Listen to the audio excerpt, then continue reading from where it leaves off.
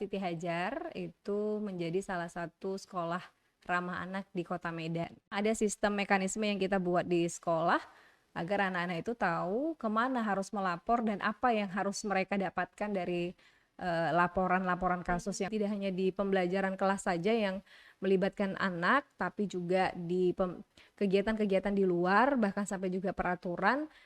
Siti Hajar itu setiap kegiatan yang melibatkan anak ada aturan-aturannya dan memang mereka yang lebih banyak terlibat untuk itu.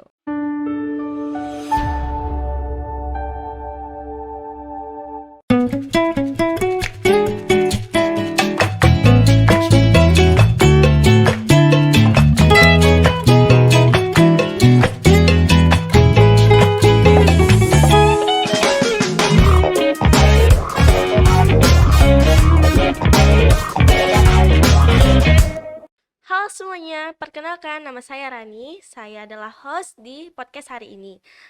Podcast hari ini membawakan tentang sekolah ramah anak. Di sini saya membawakan narasumber yaitu Bu Ria. Halo Bu. Halo Rani, apa kabar Rani? Baik. Mungkin Ibu bisa memperkenalkan diri. Oh baik, terima kasih Rani. Halo semuanya, saya Ibu Ria Puspasari Harahap SPD. Saya salah satu guru di SMP Swasta IT Siti Hajar Medan. Salam kenal semuanya. Oke Bu, terima kasih. Sama-sama Rani. Lanjut saja, pertanyaan yang pertama. Apakah SMP Siti Hajar merupakan salah satu sekolah ramah anak? Ya, jadi alhamdulillah Siti Hajar itu menjadi salah satu sekolah ramah anak di Kota Medan dan kita sudah mendapatkan SK-nya di tahun 2021 dari Dinas Pendidikan Kota Medan. Sekolah ramah anak itu dari kapan ya Bu? Dari 2021 ya. Jadi sebenarnya kalau untuk SK-nya kita baru dapat di 2021 ya. Tapi implementasi dari sekolah ramah anak sendiri kita sudah mulai dari awal sekolah kita berdiri. Kenapa SMP Siti Hajar merupakan salah satu sekolah ramah anak? Siti Hajar kenapa dikategorikan sebagai sekolah ramah anak? Sebenarnya banyak ya komponennya ya. Jadi mulai dari pembelajaran yang partisipatif ke anak, kemudian sarana prasarana yang kita miliki yang mendukung tumbuh kembang anak, kemudian kebijakan-kebijakan di sekolah yang memang kita buat sesuai dengan perkembangan anak. Kemudian kita juga ada partisipasi dari orang tua, kemudian partisipasi dari beberapa LSM, kemudian organisasi lain yang mendukung untuk tumbuh kembang anak seperti itu. Terima kasih Bu. Sama-sama Rani. Apa SMP Siti Hajar merupakan prosedur perlindungan anak KPPA? Oh, mungkin lebih ke kebijakan ya kali ya, kebijakan. Jadi kebijakan dan prosedur perlindungan anak di sekolah kita yang kita buat itu adalah salah satunya adalah peraturan ya.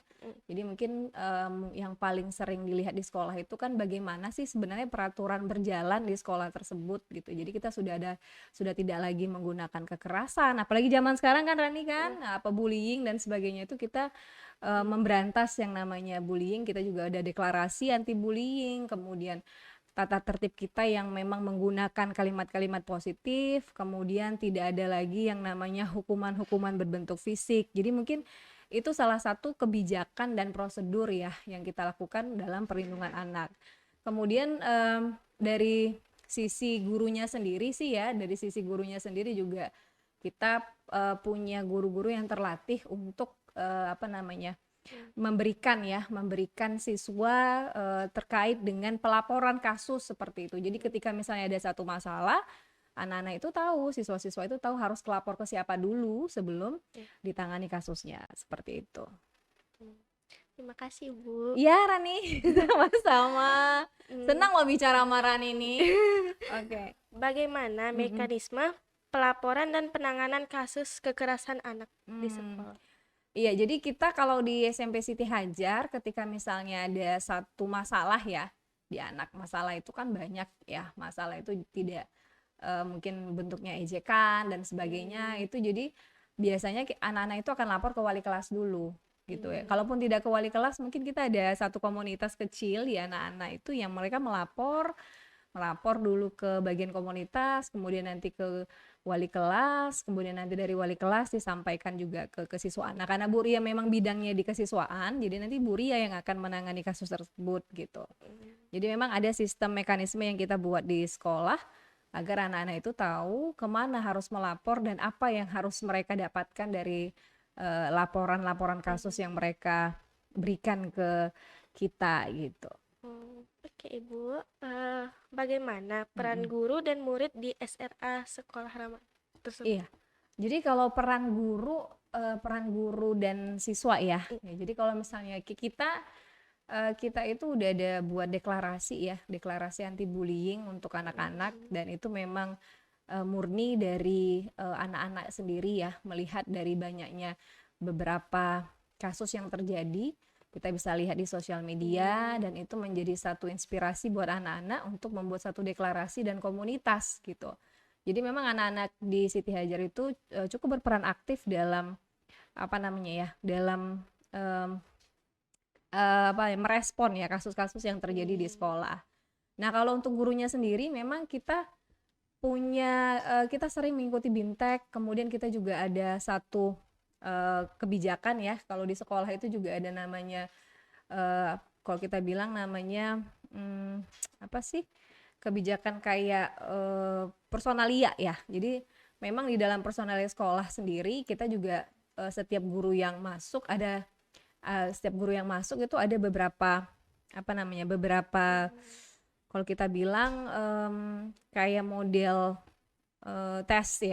Jadi ada tes juga yang melihat apakah memang guru tersebut layak atau tidak jadi guru. Selain itu juga untuk di guru sendiri kita sering mengikuti pelatihan-pelatihan terkait dengan perkembangan kasus yang terjadi di anak-anak. Misalnya kayak yang kemarin kita juga diundang untuk konvensi anak, kemudian ada banyak ya, ada tentang internet sehat, kemudian ada pokoknya banyak banyak isu-isu yang memang berkembang di dunia anak-anak dan kita selalu update untuk itu dan ikut pelatihan dan workshop untuk itu. Jadi memang sekolah kita sangat aktif ya untuk hal-hal yang berkaitan dengan perkembangan anak dan perlindungan anak. Oke Ibu. Apakah anak Mm-mm. diberi berkesempatan untuk Mm-mm. berpartisipasi aktif? Sangat ya, sangat. Jadi memang 100% pembelajaran di sekolah kita itu melibatkan anak. Ya, jadi semua baik dari kita banyak program ya di sekolah. Jadi selain pembelajaran di kelas, kita juga ada kegiatan-kegiatan di luar yang memang melibatkan anak seperti nature camp. Jadi ada SOP bagaimana misalnya ketika kita di luar bersama anak-anak. Jadi ada SOP itu kayak model prosedur apa yang harus kita tata tertib yang harus dibuat nih supaya anak-anak itu nggak berbahaya atau gitu kan. Jadi kegiatan-kegiatan seperti nature camp, field trip, hiking dan sebagainya. Jadi kegiatan-kegiatan itu memang partisipatif. Semuanya anak-anak nih gitu ya, dari kelompoknya, mereka yang mengatur, kemudian piketnya seperti apa gitu kan. Jadi bahkan untuk peraturan sendiri ya, peraturan sekolah kita itu kita juga menerima masukan dari anak-anak gitu. Maunya gimana ya gitu ya.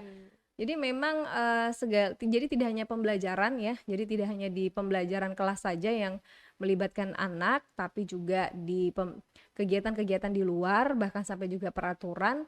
Dan itu yang mungkin menjadi satu hal yang unik ya di sekolah kita, di mana anak-anak itu juga punya kesempatan besar untuk menyuarakan aspirasinya seperti itu. Oke Ibu, ada nggak sih Bu Mm-mm. komunitas anti kekerasan di Mm-mm. sekolah? Ada ya, kita punya yang namanya itu KPK, Komisi Perlindungan Kawan gitu. Tapi memang untuk sekarang ini karena kita juga fokus kita ini kan masih di bidang lingkungan sekolah kita, karena alhamdulillah sekolah kita kan mendapatkan predikat sekolah adiwiyata mandiri tahun 2022 kemarin. Jadi kita memang masih fokus di bidang lingkungan dan itu menjadi salah satu sebenarnya komponen dari sekolah ramah anak. Nah, kalau untuk komunitas sendiri kita sudah berjalan, tapi memang karena kendala waktu dan kegiatan, jadi kadang anak-anak belum bisa begitu fokus dalam mengelola komunitas tersebut. Ya seperti di nature camp ya. Jadi ketika ada kegiatan di luar, kita memang ada SOP yang SOP itu kayak tata tertib yang harus kita jalankan ketika berada di luar. Apa artinya seperti tanggap bahaya dan sebagainya. Jadi juga anak-anak tahu ketika di luar ada aturan yang harus dipatuhi gitu ya. Kemudian ada field trip dan beberapa kegiatan yang memang banyak melibatkan anak-anak di luar. Hiking juga seperti itu. Gitu. Jadi memang di Siti Hajar itu setiap kegiatan yang melibatkan anak eh, ada aturan-aturannya dan memang mereka yang lebih banyak terlibat untuk itu.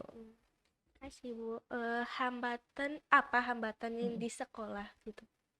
Hambatan ya. Sejauh ini kalau kita lihat hambatan sih mungkin lebih kepada waktu ya gitu, waktu. Karena memang di Siti Hajar itu kan sekolahnya full day. Jadi memang eh, kegiatan praktis kegiatan kita itu kita lakukan setelah pulang sekolah. Jadi memang kadang perihal penjemputan anak yang sudah dijemput gitu kan. Jadi kita nggak punya momen khusus. Paling momen khususnya itu di Sabtu dan Sabtu juga kadang anak-anak itu kan bersama dengan keluarga. Jadi memang hambatan yang kita dapati dalam melaksanakan apa namanya kebijakan atau mungkin kegiatan-kegiatan yang terkait dengan sekolah ramah anak itu lebih kepada waktu dan kegiatan kita sih sebenarnya. Terima kasih Ibu. Iya. Apa langkah selanjutnya yang akan dilakukan SMP Siti Hajar untuk makin mendorong perlindungan anak? Langkah yang kita lakukan sejauh ini ya kita masih terus mengupgrade ya. Jadi kita selalu mengupgrade kebijakan, kemudian program yang terkait dengan apa namanya terkait dengan tumbuh kembang anak gitu ya. Jadi kayak misalnya sekarang ini kita ada program Gemas ya, gerakan menabung sampah. Ya, kita punya bank sampah sekolah nih Rani gitu sudah berjalan 3 tahun terakhir ini sudah mulai berjalan dalam bentuk apa namanya tabungan. Nah, jadi memang kita mengupgrade. Jadi program yang memang terkait dengan kebutuhan anak atau mungkin perkembangan anak itu selalu kita upgrade gitu kan. Langkah-langkah yang kita lakukan adalah mengupgrade. Kemudian kita juga mengundang mitra lain untuk membuat program yang apa namanya yang linier dengan program kita dan tentunya untuk kepentingan anak gitu ya. Jadi langkah selanjutnya yang mau kita lakukan kita akan mengupgrade program yang sudah ada, kemudian kita juga akan apa ya kalau kalau kemarin kita bahasnya sama anak-anak itu kita akan mengundang mitra-mitra yang lain yang bisa memberikan satu input yang baru untuk anak-anak terkait dengan tumbuh kembang atau perkembangan anak seperti itu. Oh, kasih Ibu. Ya, Rani. Ibu boleh kasih closing statement untuk mengajak sekolah lain menjadi sekolah ramah anak. Iya, closing statement ya. Kalau sebenarnya di Kota Medan ini sudah cukup banyak ya sekolah yang menerapkan sekolah ramah anak. Cuma memang yang menjadi satu hal yang berbeda itu adalah SK-nya mungkin ya. Jadi kalau saya sih berharap semua sekolah yang ada di Kota Medan ini bisa menjadi sekolah ramah anak. Kenapa? Karena memang sekolah ini kan adalah rumah kedua bagi anak-anak gitu. Jadi kalau kita membuat situasi yang nyaman, aman, kemudian bersih, kemudian apa namanya indah, inklusif gitu. Jadi kan semua anak itu bisa tumbuh dan berkembang dengan baik sehingga akan lahir generasi-generasi cerdas gitu ya, generasi-generasi yang tangguh dan mandiri tentunya dalam menghadapi tantangan global gitu. Itu sih Rani. Oke Bu, terima kasih. Sama-sama Rani, senang bisa ketemu dengan Rani hari ini. Iya Bu, sama-sama. Segini aja podcast kita. See you. Bye-bye. Bye.